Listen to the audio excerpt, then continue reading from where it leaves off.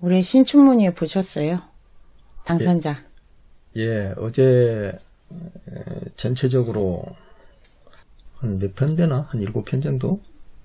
쭉 중앙에 시들 쭉 보고 지방지도 한 몇 편 보고 쭉 봤어요. 근데 전번에 말했다시피 시를 여기서 해설은 하지 않고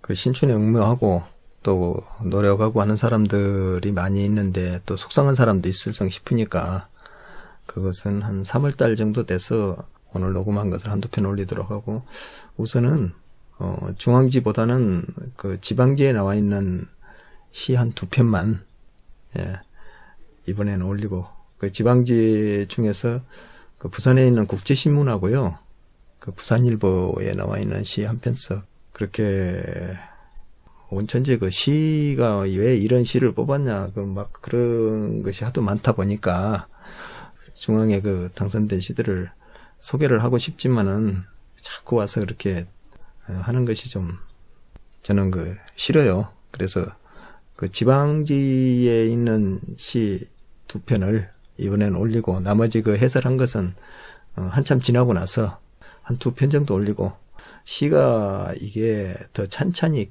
깊이 있게 봐야 될 시들이 많이 있어요. 여기서 해설 안 한다고 그 시가 볼 것이 없다고 막 그렇게 이야기를 하시는 분들도 있고 그랬었는데, 그렇게 그 편말을 하면 안 되고요. 그래도 거기까지 당선되기까지, 또 심사원들이 그렇게 해서 뽑기까지는 아무 이유 없이 뽑는 것은 아니거든요. 쭉 한번 훑어봤어요. 훑어봤는데 이게 시를 쓰는 것이, 저는 그래요. 시는 과학이 아니거든요. 그래서 과학으로 시를 쓰는 거라든지 또 사고로 시를 쓴다든지 하는 것은 그 약간 그 영혼이 빠져갖고 있는 것 같은 그런 것이 들어요. 로봇가 돼요, 시가. 너무 그 언어를 조합하기를 좋아하고 과학적으로 사고하려고 그러고 사고로만 생각하려고 그러고, 그러다 보면 시가 뭔가 모르게 이 텅 비어갖고 있는 것 같아요. 그런데 시의 낱말과 이런 것이 잘 맞지도 않고 뭣도 없고 아무것도 없는 것 같지만은, 이 채널러 같이 쭉 빨려 들어가서 이렇게 쓴 시는 저절로 그 시의 영혼이 들어가고 있어요, 그 안에가. 그래서 그 안에 심리와 원형과 인류의 무의식이 그 안에가 다 들어앉아 있는 것 같은 바다에가 빠져갖고 있단 말이에요. 그래서 시를 이렇게 너무 사고로 맞춰갖고 쓰려고 하면은 시가 제대로 나올 수가 없다고 봐요. 그런데 요즘에 와서는 너무나 이렇게 시를 기계적으로 이렇게 공부를 하는가 어쩌는가 모르는데, 옛날에 그 이백 같은 시인도 그 술 먹는 이야기가 많이 나와요, 이백은. 그런데 그 시가 참 기가 막혀요. 그 다 감성에 들어가서 이렇게 쓴 시들이거든요. 그런 시들이. 그 너무 도덕적이고 고상하고 아름답고 이러다 보면은 시가 가지고 있는 감성이 많이 빠지게 돼 있어요. 그 사고나 과학적으로 쓰다 보면은. 그래서 시는 우선 가장 중요한 게 감성인데, 감성이 너무 넘쳐서 지나치다 보면은 그게 너무 질퍽해요. 그래서 그게 참 맛이 또 떨어져요.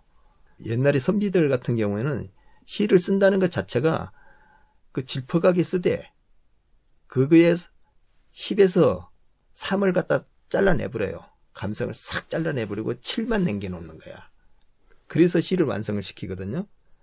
그러니까 너무 넘치면은 이게 망하는 거고, 시가 너무 없어버리면 그 딱딱한 나무같이 되고, 이 두 개의 조화를 아주 잘 이뤄야지 좋은 시를 감상할 수가 있는 거거든요. 그런데 요즘에는 시를 많은 연습을 시켜서 좋은 시인들이 많이 나오기도 하지만은, 자기 그 시를 쓴다는 것이 그렇게 잘 안 되고 열심히 한다고 되는 것은 아니에요. 다른 것은 다 되겠지만 시는 열심히 한다고 절대 되는 것이 아니거든요. 그래서 시제가 있어야 돼요.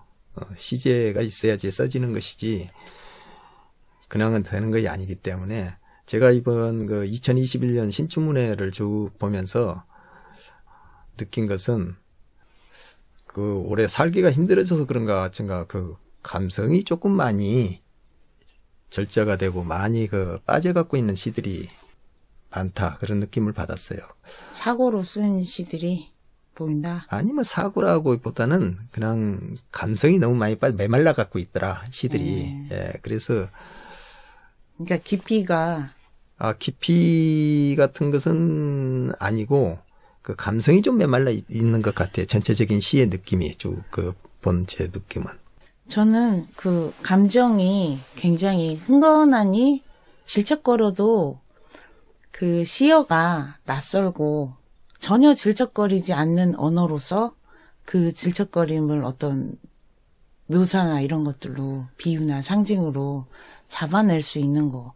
그래서 그 보이지 않는 본질을 회복하게 만드는 거. 옥타비오 파스가 얘기한 언어에 봉사하는 자. 그러니까 이게 기표와 기의가 서로 겉돌잖아요. 태초에 그 사과라고 했을 때, 사과라고 했을 때 사과는 사과의 풍부한 맛과 향과 질감과 이런 그 변화를 다 포함하고 있는 그거였는데 이제 점점 사과라고 쓰면서 이게 그 표면만 딱딱하게 남게 됐잖아요. 사과라는 그 말 단어만. 그래서 언어가 본질과 떨어지게 되면서 그거를 자연스럽게 회복시켜주는 언어에 봉사하는 사람들이 시인이라고 했는데 그거를 사람이 살다 보면 여러 가지 감정이 있는데 그 감정을 그냥 감정의 언어로 표현하는 게 아닌 다른 상징으로 낯설게 표현될 수 있다면은 충분히 감정 속으로 빠져들 수 있다고 생각해요.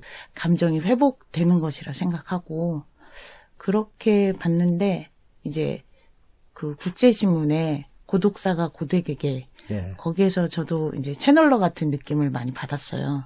그 시를 보면서 같이 분위기에 빠져드는 기분 그거를 쭉 빨려 들어가면서 느꼈기 때문에 이 시를 소개하고 싶어요.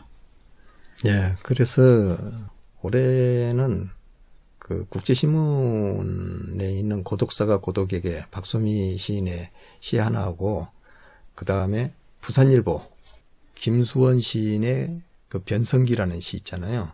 이거 두 개가 또 닮아 있어요. 이 시 두 개가. 그래서 이 시를 두 편을 같이 보면은 어떻게 닮아 있는가도 알 수가 있고 하니까 이거 두 편만 올해 신춘문예에서는 소개를 하고 지방지가 한 몇 편이 더 나오면은 그때 또 소개를 하도록 하게요. 그래서 지방지부터서 거꾸로 올라가게. 예. 그리고 중앙지는 한 3, 4월 돼서 한 두 편 정도 녹음은 해놓더라도 두 편 정도 그때 가서 올리도록 그렇게 한 게 좋을 것 같아요. 예. 2021년 국제신문 신춘문예 시 당선작 고독사가 고독에게 박소미 나는 자궁으로 돌아가는 중이다. 태동을 알아채는 침묵 이전의 기억 밑으로 웅크리고 있다. 두 팔로 무릎을 감싸 안고 재생에 몰두한다. 이게 자궁으로 돌아간다고 하잖아요. 나는 자궁으로 돌아가는 중이다. 태동을 알아채는 침묵 이전의 기억 밑으로 웅크리고 있다. 두 팔로 무릎을 감싸 안고 재생에 몰두한다. 다시 태어나기 위해서 몰두한다. 이런 말이거든요.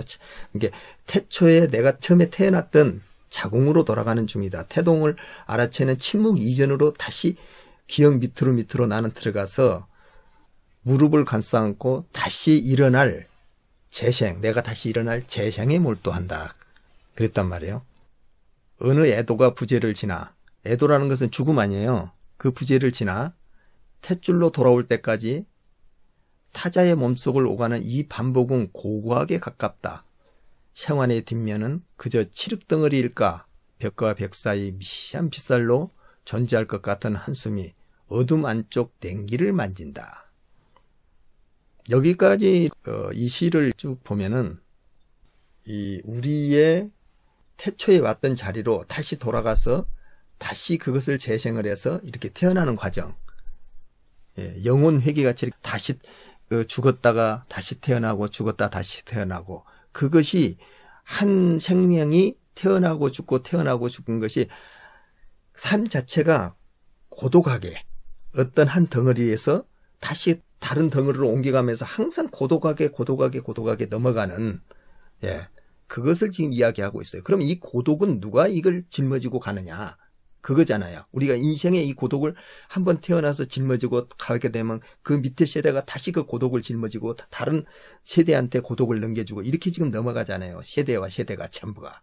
그 고독과 고독을 어떻게 넘어가느냐 하는 말을 지금 하고 있어요. 그러면 여기까지 봐갖고는 생명에 대한 고독과 고독으로 이렇게 이해가 된 것 같지만 사실은 그렇지 않아요. 고독사가 고독에게는 아침에 태어나는 태양이 자궁이 돌아가는 나는 자궁으로 돌아간다. 이 해가 넘어서 다시 자궁으로 어둠으로 돌아간단 말이에요. 그리고 태동을 알아채는 침묵 이전의 기억 밑으로 빠져갖고 움키르고 있어 밤새도록. 그러고 있다가 두 팔로 무릎을 감싸고 다시 그 다음날 태어날 재생에 몰두한다. 어느 애도가 부재를 지나 그 밤이 됐으니까 낮에 태양은 죽은 거 아니야. 모든 사물도 거기에 캄캄하게 갇혀갖고 다 죽은 거나 마찬가지가 된단 말이에요. 밤이 되면은 다 숨을 멈추고 그 속에서 다 잠들고 있으니까. 어느 애도가 부재를 지나 탯줄로 돌아올 때까지 다시 생명으로 돌아올 때까지 타자의 몸속을 오가는 이 반복은 고고하게 가깝다. 오랜 옛날 지구가 태어나면서부터 생겨났던 태양이 태어나면서부터 생겨났던 일이다. 이 말을 지금 이렇게 하고 있어요. 생환의 뒷면은 그 반대편 암흑 그저 칠흑덩어리일까? 벽과 벽 사이 그 벽과 이 벽 사이 어둠과 태양 사이 어둠과 낮과 밤 사이 벽과 벽 사이 미세한 빗살로 존재할 것 같은 한숨이 어둠 안쪽 냉기를 만진다.